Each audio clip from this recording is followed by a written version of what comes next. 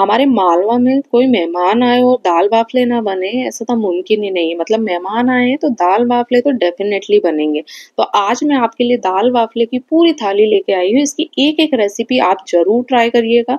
बहुत सिंपल है, बहुत इजी है और खाने में वाकई बहुत टेस्टी लगते हैं। और यहाँ पर जो दाल मैंने यूज करी है वो बिना लहसुन और प्याज की बनाई है, तो एक बार जरूर ट्राई करिए।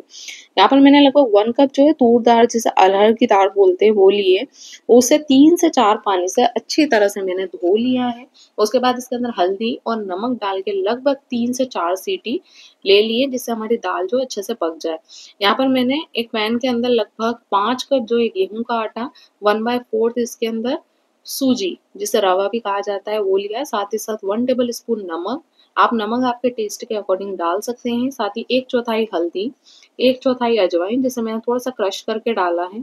1 पिंच बेकिंग सोडा, जिससे हमारे जो बाफले हैं वो अच्छे से फूल जाएंगे। और आधा कप जो है मेल्टेड घी लिया हुआ है। अब इन सबको हमें अच्छे से मिक्स करना है।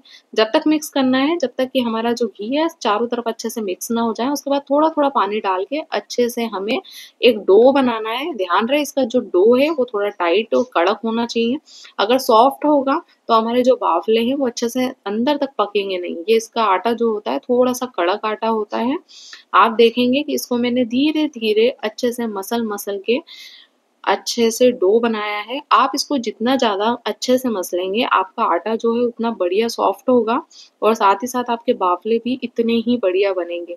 आपने इसके अंदर घी का यूज़ किया है, आप चाहें तो इसके अंदर तेल का यूज़ भी कर सकते हैं। घी डालने से क्या होता है कि आपके जो बाफले हैं ना, बनने के बाद, पकने के बाद बहुत अच्छे से पकड़ जाते हैं। अब इस आटे को आपको लगभग आधे घंटे के लिए छोड़ देना है। यहाँ भरते के लिए मैंने लगभग एक बैगन लिया है, उसके चारों तरफ कट के निशान लगा लिए और उसमें कुछ लहसुन की कलियों को अंदर डाल दिया, जिससे वो भी अच्छे से पक जाए। अब आपको इन बैगनों को ऊपर अच्छे से तेल लगाकर लगभग 5 से 10 मिनट तक पकाना है। अगर आप लो मीडियम फ्लेम पर पका रहे हैं तो आपको 15 मिनट लग जाएंगे, और अगर आप हाई फ्लेम पर पका रहे हैं तो लगभग 5 मिनट में पक जाएंगे।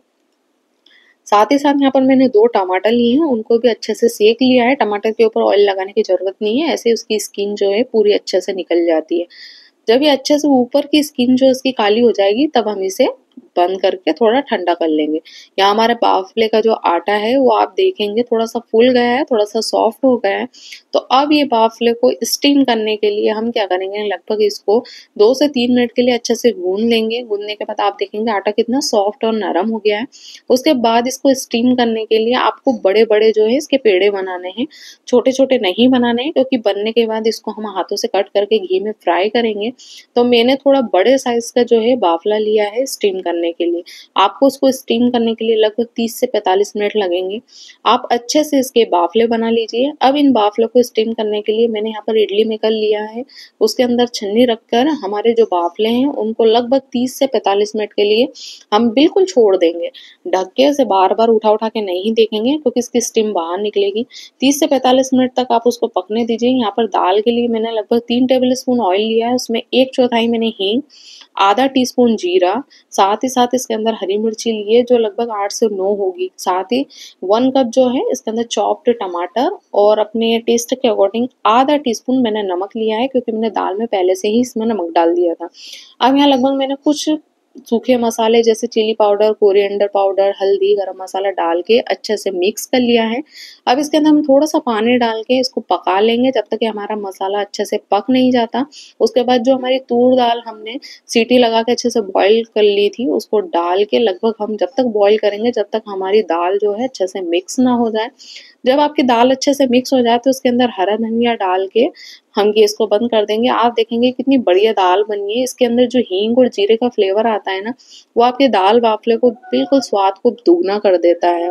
अब यहाँ पर जो हमने भरता लिया था, भरते के जो ऊपर की स्किन है उसको हम अच्छे से निकाल लेंगे, और इसके साथ ही इसके अंदर जो जिंजर है, सॉरी गार्लिक है, उन गार्लिक को भी निकाल लेंगे और इसको बाद में अच्छे से ग्राइंड कर लेंगे। यहाँ पर टमाटो को भी ऊपर की स्किन निकाल लिए हैं। साथ ही साथ यहाँ पर मैंने 2 टमाटर और जो बैंगन को अच्छे से सेका था उसके साथ थोड़ा सा हरा धनिया मिला के अच्छे से मिक्स कर लिया है। आप चाहें तो यहाँ पर मिक्सर जार का भी यूज़ कर सकते हैं या कूटनी का भी यूज़ कर सकते हैं। अब इसके ऊपर तड़का लगाने के लिए मैंने लगभग 2 टेबल स्पून ऑयल लिया है, उसके अंदर जीरा, खड़ा धनिया और प्याज और हरी मिर्ची डालकर अच्छे से हम पका लेंगे। इसमें थोड़ी सी हींग डालेंगे टेस्ट के लिए।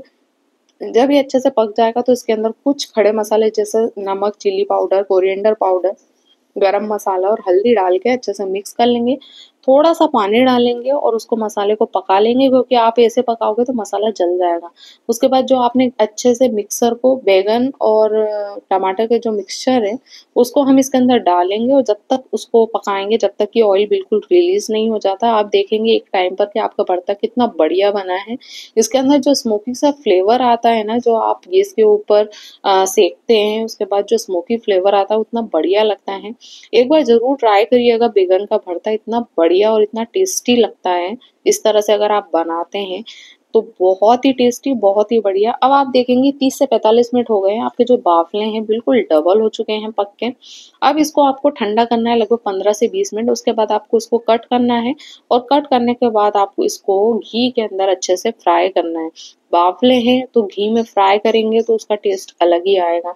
अब इसको लगभग आपने, यहाँ पर मैंने घी लिया हुआ है, घी जब अच्छे से पक गया है उसके बाद हमारे जो बाफले हैं इनको लगभग लो फ्लेम के ऊपर आपको 15 से 20 मिनट लगेंगे पकने में। इनको पकने में टाइम लगता है। ये जितनी ज़्यादा लो फ्लेम पर पकेंगे यहाँ अंदर तक घी जो है ये एब्जॉर्ब कर लेगा, क्योंकि इसके अंदर सूजी है। सूजी के कारण क्या होता है, ये जितना भी घी होता है ना कोशिश ये रहती है कि उसके अंदर तक घी चला जाए, इसलिए इसको घी के अंदर आप तल सकते हैं। आप चाहें ना तो इसको स्टीम करने के बाद आप सेक भी सकते हैं, सेकने के बाद आप इसके अंदर घी का यूज़ कर सकते हैं। मैंने यहाँ पर उसको घी में फ्राई कर लिया है। अलट पलट कर कर आपको 10 से 15 मिनट में लगभग अच्छे से लाल होने तक पकाना है। जब ये अच्छे से लाल हो जाएंगे तो आप देखेंगे जो ऊपर की स्किन है इसकी बिल्कुल कड़क हो जाएगी और अंदर से बिल्कुल खस्ता हो जाते हैं। ये बहुत बढ़िया लगते हैं।